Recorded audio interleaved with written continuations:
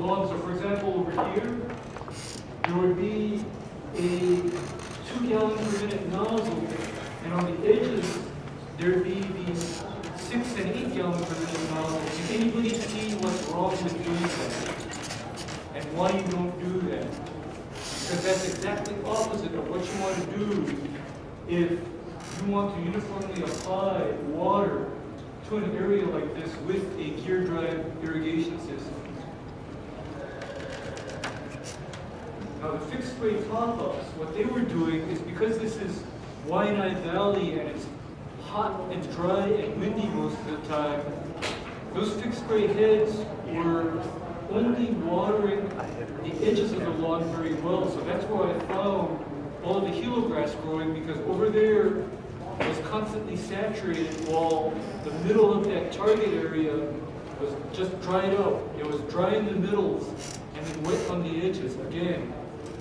So to correct that, all of those fixed spray pop-ups were converted to the new stream rotary nozzles that aren't affected by wind as much, and they have a much better distribution uniformity, meaning the coverage pattern from beginning to the end of the radius is uniform. You don't have wet and dry spots in that area. Next, in an area like this, you think about your soil. What's its pH? Is it too acid? Is it too alkaline? Does it have too much salt in it? Are there nutrient deficiencies or nutrient excesses? Is something not there, or else is something there in excess? So what I found when I drew the soil test is right here. What jumps out at you? pH. Okay. In past, talks that various people have done on soil and soil pH, what happens when your soil pH is actually that high? What happens is that your micronutrients, such as your zinc, your iron, and even your phosphorus become locked up, so that no matter how much fertilizer you apply to that turf area, the turfgrass is not able to effectively utilize it. And in fact, before this whole process was started, the homeowner reported to me that they were applying something like your Scott's or your Home Depot fertilizer at up to 3 times the recommended rate to that lawn. And in spite of the lawn being buried in fertilizer, it didn't get very much greener for very long. So in other words, it might have gotten a little green for the first week or two after this was done. And then after that, the lawn would fall back down and be thin and pale again. And that is, yet one more reason why those undesirable weeds species took over that area, is because the grass was not competing with the weeds that were trying to come in. There was too many openings in the turf. Now, usually when you apply 3 times the label rate of one of those fertilizers, you get a lot of growth. In fact, I hope you have time to mow every day. Should you apply something like 3 times the label rate of Scott's Turf Builder, I hope you've got time to mow and a heavy-duty lawnmower. So, based on that soil test, here's what the lawn has been on, and why. Ammonium sulfate. That's because ammonium sulfate is one of the most acidifying sources of nitrogen. I want to get that soil pH closer to 7 or below if I can. To supply potassium, this is potassium nitrate. Right here, to supply iron. This is a wettable powder material that has 10% chelated iron. And chelated iron is available to turfgrass even though your pH is out of range, too high. It still works. Wettable sulfur. Now, why do we have wettable sulfur in this tank mix? wettable sulfur or sulfur applied to high pH soils converts into sulfuric acid with water and warm temperatures, and that helps knock down that pH of 8. And right here, to supply phosphorus, there is a proprietary material called 06020 that when diluted in water, this turns into phosphoric acid. So that's right here we have 3 sources of acidification for the soil. Now this mix is not something that you find granulated in a bag. I had to tank mix this and then boom spray this over the whole lawn, and I do this 1 time a month. Now this formulation is applied in 5 gallons of water per 1,000 square foot, and because it's so concentrated, I then activate the irrigation system briefly after applying such a concentrated mix. Otherwise, this kind of a mix will act as a very good contact herbicide. It'll turn the leaves brown quick. I get run off the property for burning the lawn, mowing. Now what do we see here? What is this? A real mower. A real mower. Now, why do we have a real mower? It's because the desirable turf for this lawn was Bermuda grass. And when you have a real mower, you're able to cut Bermuda at heights of 1 inch or lower without tearing out or gouging the lawn. And by the way, I can tell you about how much this particular reel mower costed. This costed less than $2,000. So it's not like this person went out and had to buy a Toro, Greensmaster 3000, which would cost as much as one of their cars. The mowing is done. These people are really terrific about mowing, by the way. Every 3 to 7 days, they run over that lawn with that reel mower. Anywhere where the mower can't get to gets done with one of those old-fashioned 7-blade push mowers. They just push that lawnmower over any area that this, tractor-drawn mower can't move. Any edging is done with a bladed edger. And one more thing. There is no trim trimming or what we know as weed whacking done on this property. Weed whackers are for weeds. And the lawn was, cut down to the ground and then sand level back in between May and June of 2003. And in order to do this on that side of the lawn, they brought in about 20 tons of sand. And it's a good thing that he is a contractor and he has access to some heavy equipment. So he moved the sand around with a small front-end loader and then just distributed the sand and then leveled it out with a chain link fence drag mat. Okay, now we can talk about weeds. Herbicide treatments, the rates are per acre, not per gallon. It is applied at a gallon per 1,000 square foot. The surfactant for these herbicides is called methylated seed oil. Now, what methylated seed oil is it is a vegetable oil-based product that has the property of solubilizing and then making whatever herbicide you co-apply with it go into that oil fraction, and then that oil fraction is then very, very easily absorbed by your weeds. And that applies even if your weeds are old, even if your weeds have been there for a year or more. This methylated seed oil will help your herbicide product go in. And then T-Jet AI 11004 nozzles. Now, in some of my previous talks, I put some of my spray equipment on display. Now what this is, these are spray nozzles that are fan nozzles that draw air through the nozzle when the nozzle is on, and so the spray comes out not as a fine mist, but it comes out as coarse, air-filled droplets that drop to the ground very quickly. So even if there's a 10-mile-per-hour wind, the spray pattern is not distorted by the wind.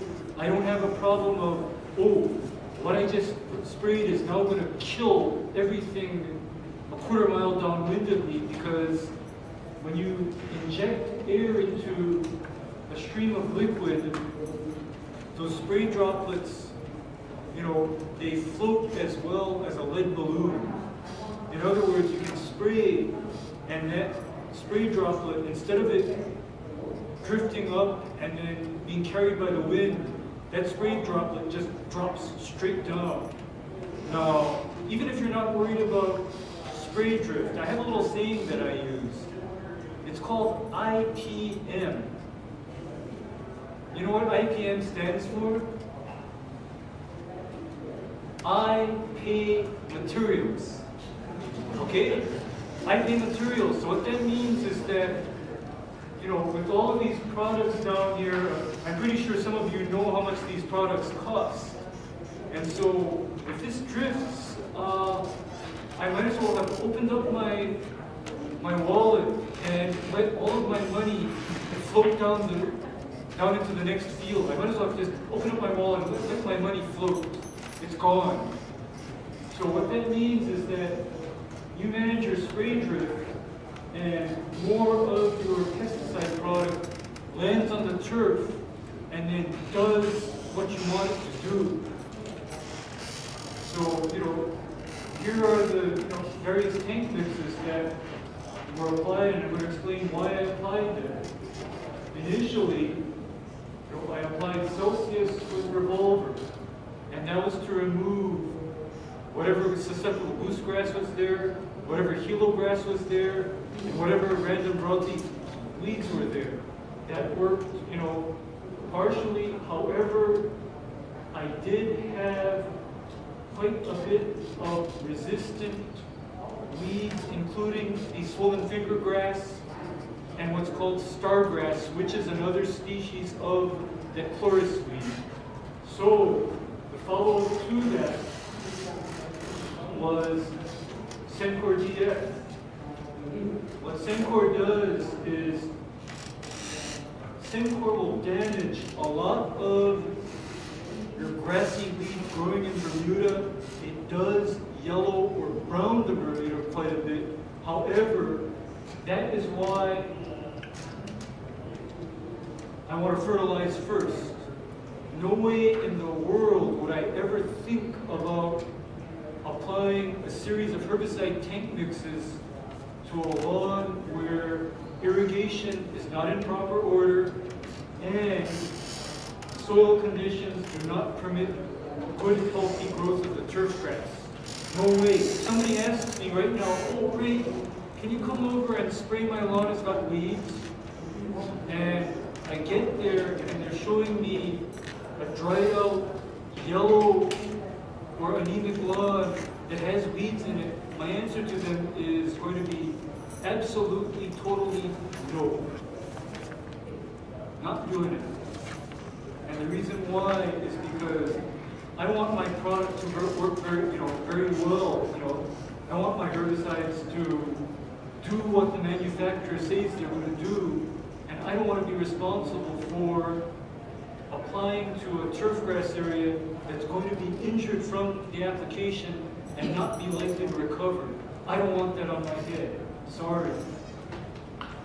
So going back to the herbicides, what happened after I applied the Sencor was quite a few of the grassy weeds died off.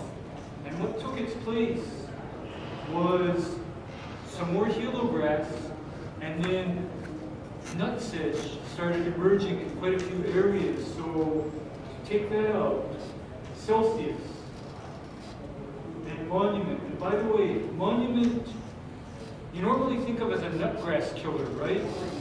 However, Monument is extremely active on Bahia grass species or pastelum species such as your hilo grass, your Dallas grass, or even weeds such as your carpet grass or crabgrass.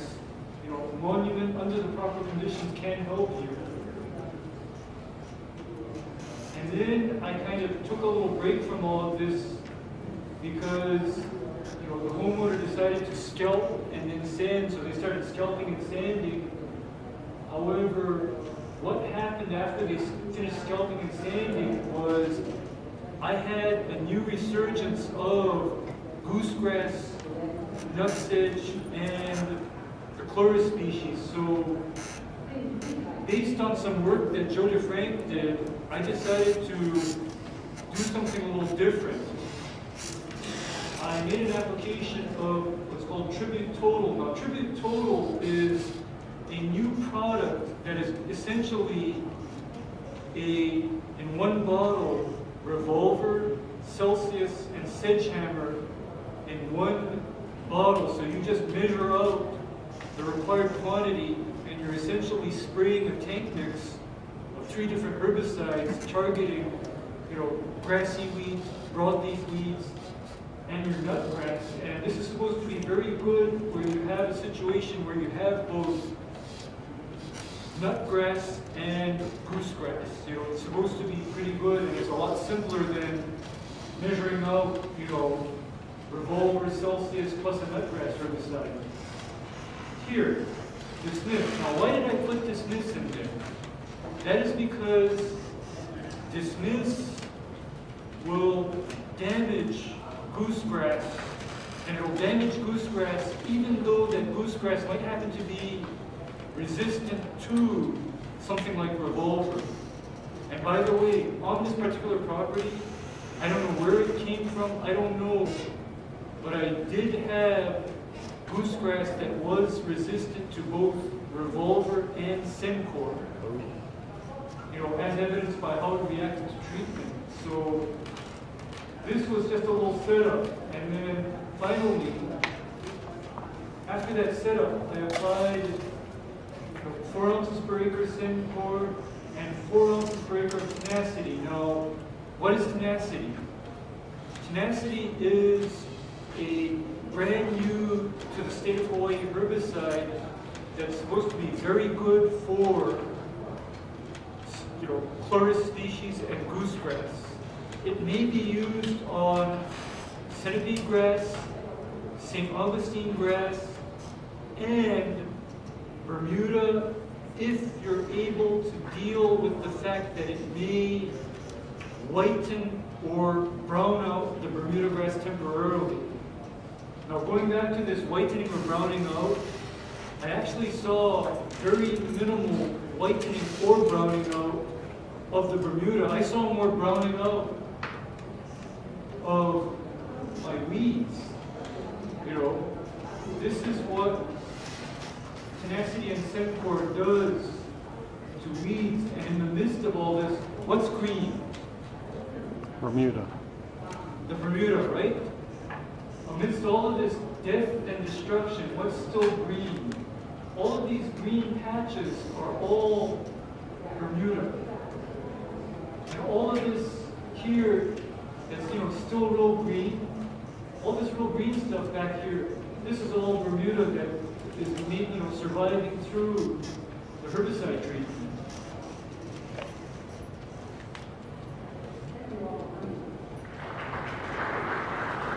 And then, 2 weeks later, one more round of Semcor plus tenacity, because manufacturer does suggest applications of low rates at 14-day intervals for best results.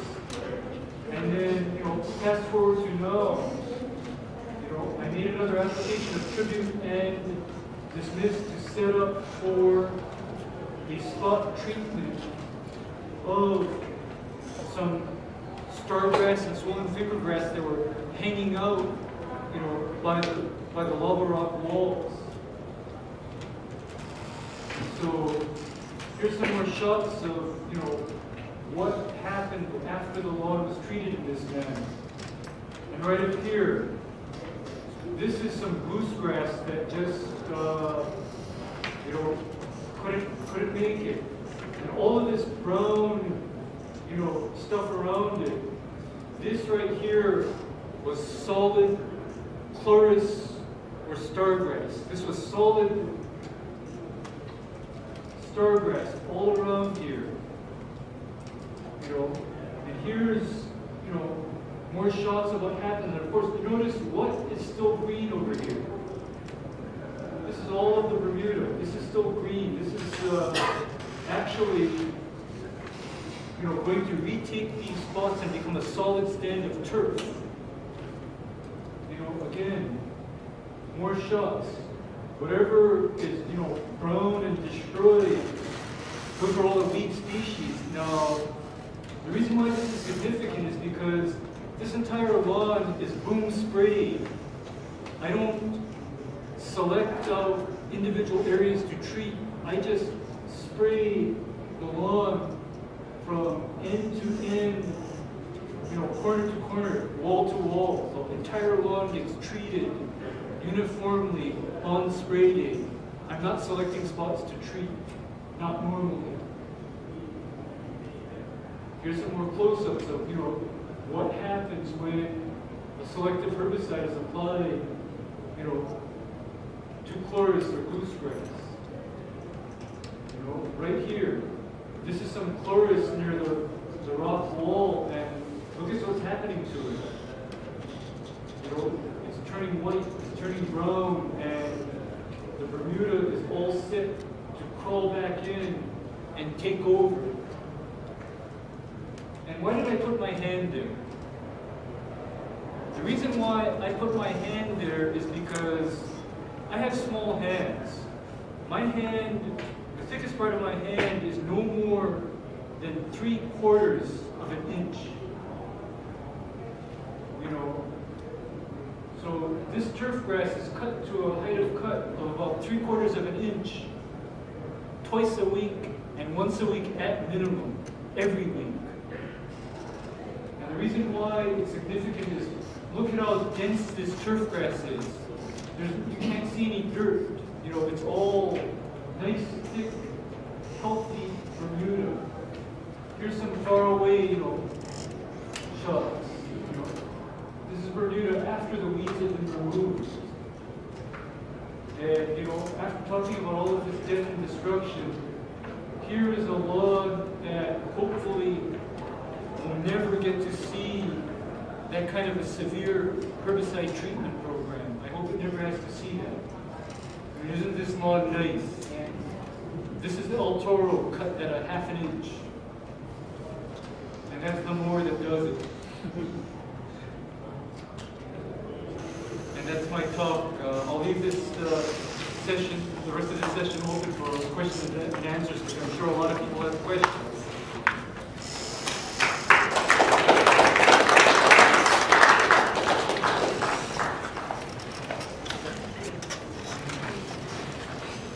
Okay, yes. Is that the same lawn that you treated right there? No, that's a different one. Oh, okay. Because you were saying something, you thought it was Bermuda, but you said this is El Toro. This is El Toro. Yes. Yeah, that's different. Any other questions? Yes, sir. Do you use any pre-emergent herbicide at all? Okay, that's very important to note, because when you are applying,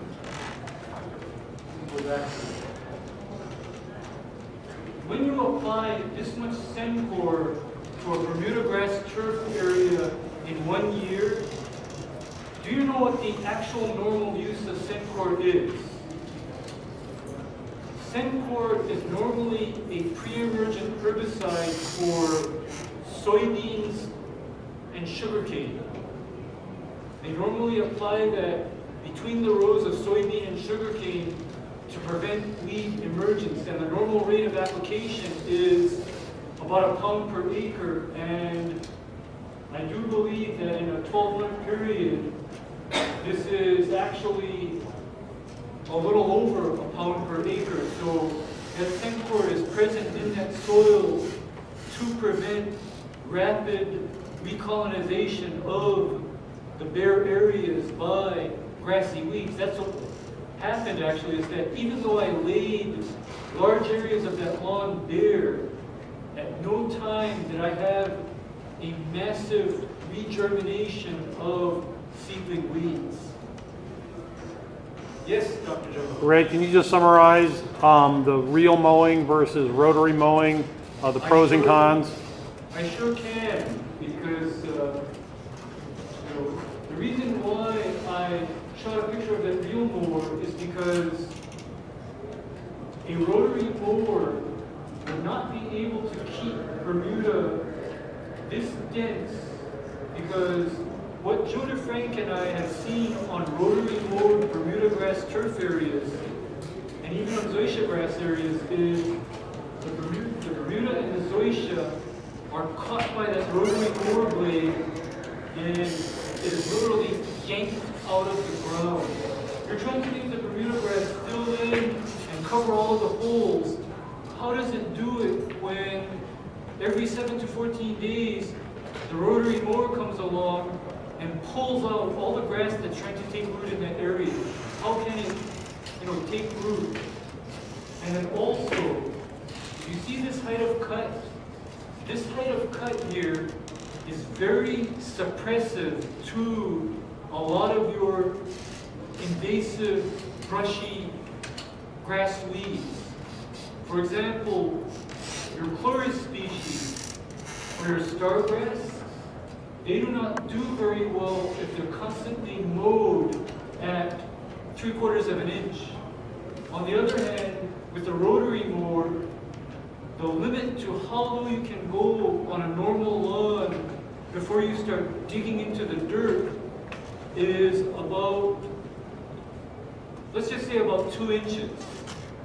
And at 2 inches of height of cut, Bermuda is inherently not this dense. Bermuda wants to be cut short and frequently. That's why, for example, you look at a golf course fairway, you notice how you cannot see dirt. In fact, because they're mowing at closer to 1/2 inch, their Bermuda is even denser than this.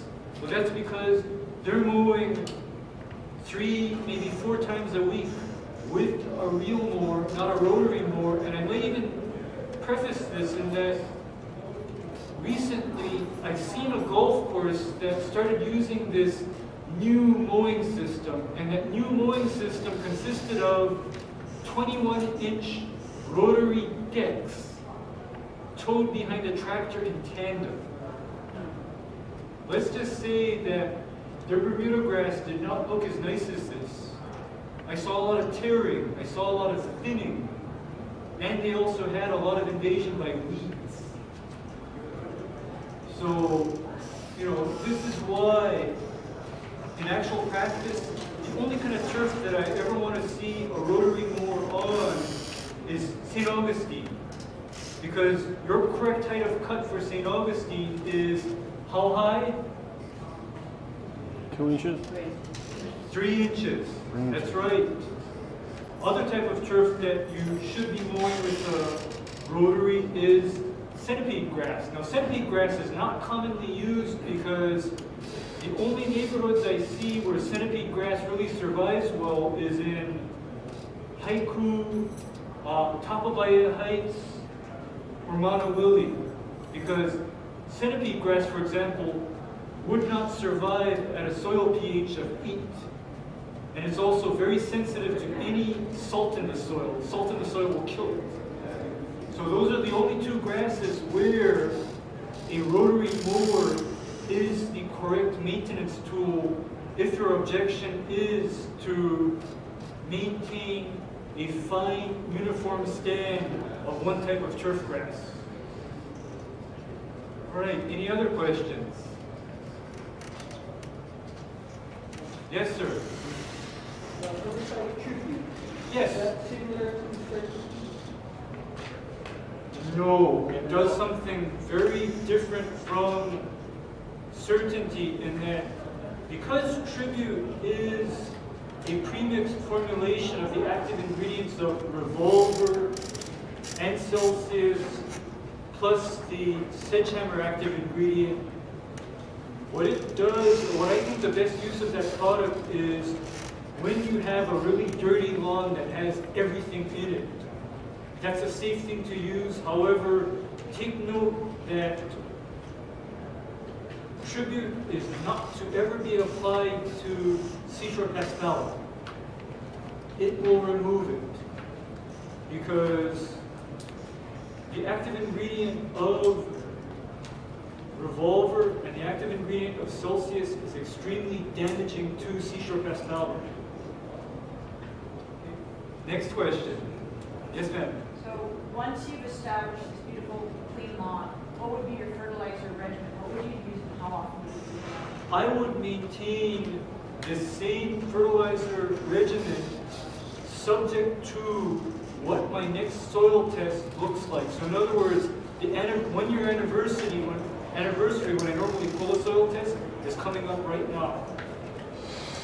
So I'm constantly adjusting my feeding program based on what I see in the soil. Like for example, if my phosphorus levels have come up, I know I can back up on the phosphorus. If my pH has gone down to a more reasonable level, then I can stop the sulfur, but I would still maintain the ammonium sulfate application to ensure that the soil pH stays down.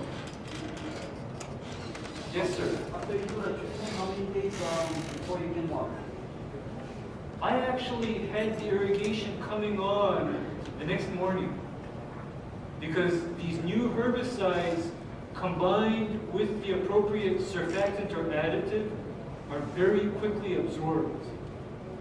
If you use no surfactants or if you use the wrong surfactant, then what can happen is that your application becomes very sensitive to wash off by rain or irrigation. Then you have to keep the sprinklers off for a day and then hope it doesn't rain that night. You next. How much do you think the entire process costs compared to the first figure from Okay. To date, the total cost to the client has only been $5,000. And reference this to the fact that the area being treated is a ½ acre. Now, you know, in that handout, everybody agreed that $20,000 to $50,000 is not an unreasonable figure to say strip down that whole area and bring in, say, El Toro or Tifway 419 salt. That's not a out-of-the-world figure to do all that work. And even then, even if you did do all that work, what's to guarantee that none of these weeds come back and reinfest the new lawn after that $20,000 to $100,000 was spent? Because laying down new sod is not a guarantee against weed infestation. There's no guarantees on that. Next question, please. You work with microbes at all? Actually, I usually don't.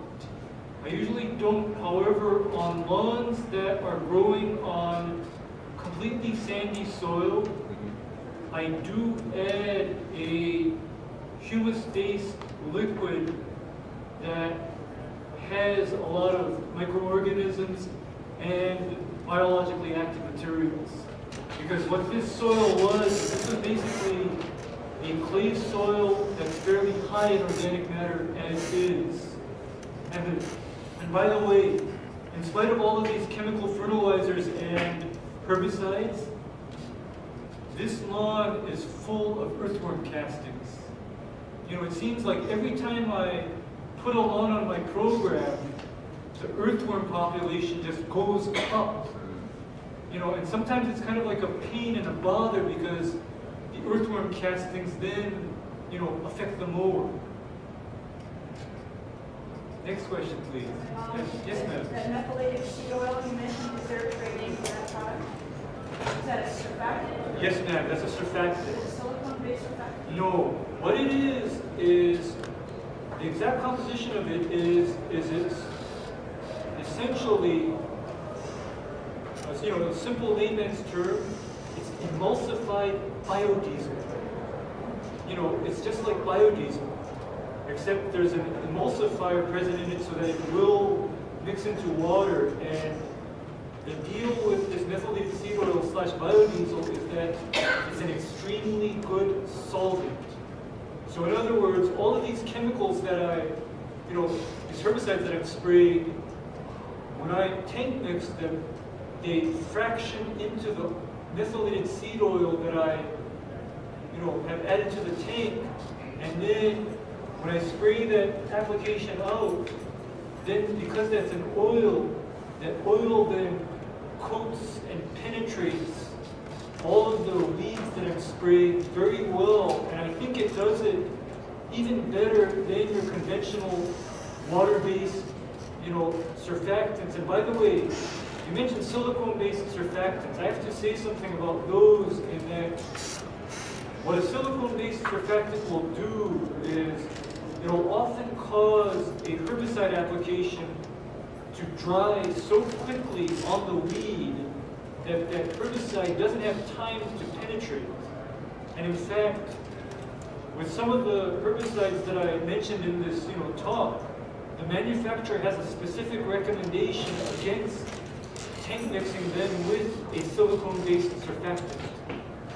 They don't recommend it. They would prefer that you apply this treatment with methylated seed oil for maximum efficacy. In fact, Joe DeFrank actually had kind of an interesting experiment or experience when he applied a herbicide with something other than methylated seed oil. I think it was applying something, it was Revolver, right? And what he did was, because he ran out of methylated seed oil, he used something else. He used one of the normal, surfactant, spreader sticker type, surfactants. And what happened is that the Revolver failed to control the target weed as well as it was supposed to, versus what would have happened had he tank mixed with that methylated seed oil. So what kind of surfactant you use kind of matters. It's kind of important. Next question. What's the future on organic weed control and fertilizer? I'm going to be real frank with you in that I'm truthful to myself that any kind of a maintained monostand of turf, there's nothing organic or natural about it. We are basically fighting against nature by wanting to keep one type of grass at a low height of cut. We're essentially, telling Mother Nature to stand aside because we're making the rules. So I've never seen organics work. And in fact, the report that I hear back from Canada, where they essentially banned pesticide applications to turfgrass in residential areas, is that they cannot control weeds. They basically have to live with whatever weeds grow. The so-called organic, government-approved, controls do not work near as well as the widely researched and tested conventional herbicides. Next question.